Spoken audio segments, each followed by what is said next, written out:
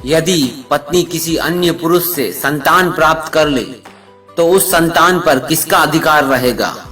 यह चैलेंज है आप सबके लिए। इस सवाल का जवाब आप में से कोई नहीं दे पाएगा।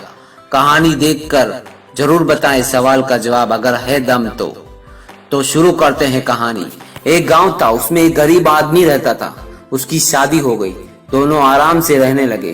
कुछ दिनों के बाद वह आदमी अपनी पत्नी से बोला, अब मैं व्यापार करने के लिए बाहर जा रहा हूँ। आज ही के दिन 1 साल के बाद लौट के आऊंगा। ऐसा कहकर पति चला जाता है। वहां पति व्यापार में व्यस्त हो जाता है और पत्नी यहाँ अकेली थी।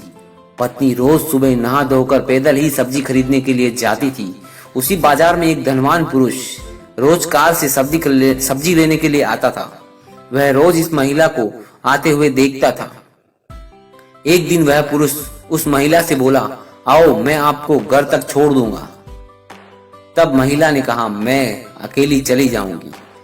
तब वह पुरुष बोला, डरो मत, मेरा घर भी उसी गली में है जिस गली में आपका घर है। मैं आपको सकुशल पहुंचा दूंगा। अब वह स्त्री कार में बैठ गई। उस पुरुष ने शांति और विनम्रता और शालीनता के साथ उस महिला को उसके घर के सामने उतार दिया और अब वह अपने घर चला गया। अब यह रोज का क्रम बन गया था। एक दिन वह पुरुष उस स्त्री से स्नेह तथा आदर के साथ बोला, आओ चाय पीकर घर चली जाना। महिला ने उसका आग्रह स्वीकार कर लिया तथा चाय पीकर वह अपने घर चली गई। सिलसिला आगे बढ़ा, भोजन भी होने लगा। उन दोनों के मध्य प्रेम उत्पन्न हो गया। उन दोनों को प्यार हो गया और इस प्यार का परिणाम हुआ एक प्यारा पुत्र, एक सुंदर पुत्र, एक बेटा। और अब वह महिला अपने पुत्र को उस पुरुष के घर ही पर रखती और रोजाना एक बार जाकर उसे लाड प्यार से दूध पिलाकर वापस अपने घर आ जाती।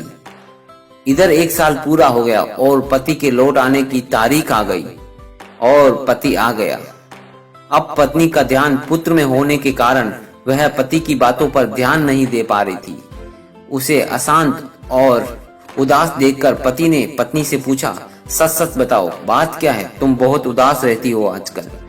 तब पत्नी ने सब बात सच बता दी और पुत्र की याद आना यह बात बताई कि मुझे पुत्र की याद बहुत आती है। तो पति बोला, अपना पुत्र है, जाओ लेकर आ जाओ। पत्नी गई और जाकर उस पुरुष से बोली कि मेरे पति आ गए हैं और मैं अपना पुत्र लेने के लिए आई हूँ। वह पुरुष बोला, कौन सा पुत्र? मैं तुम्हें पुत्र नहीं दूंगा। यह मेरा पुत्र है, यह मेरा बेटा है।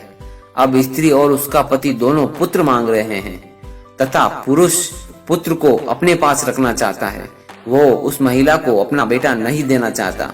मामला कोर्ट में पहुंचा, न्यायालय में पहुंचा। न्यायाधीश के सामने सभी ने अपने अपने तर्क सुनाए। न्यायाधीश के सामने तीनों ने अपनी अपनी कहानी सुनाई।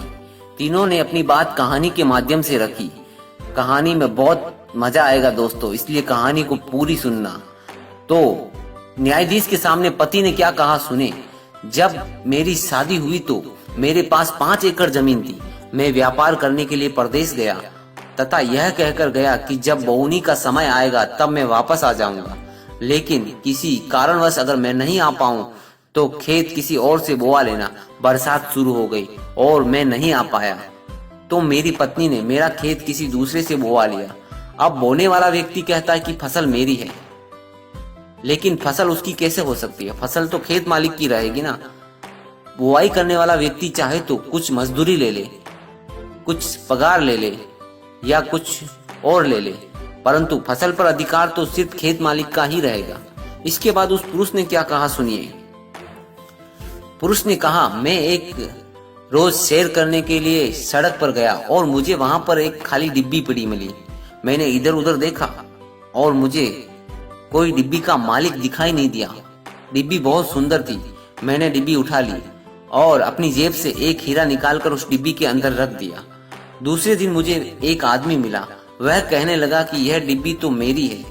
मैंने डिब्बी में से हीरा निकाला और हीरा अपनी जेब में रख दिया और डिब्बी उसके मालिक को लौटा दी। अब वह डिब्बी का मालिक कहता है कि हीरा भी मुझे दो। हीरा तो मैंने रखा था ना, हीरा तो मेरा ही रहेगा।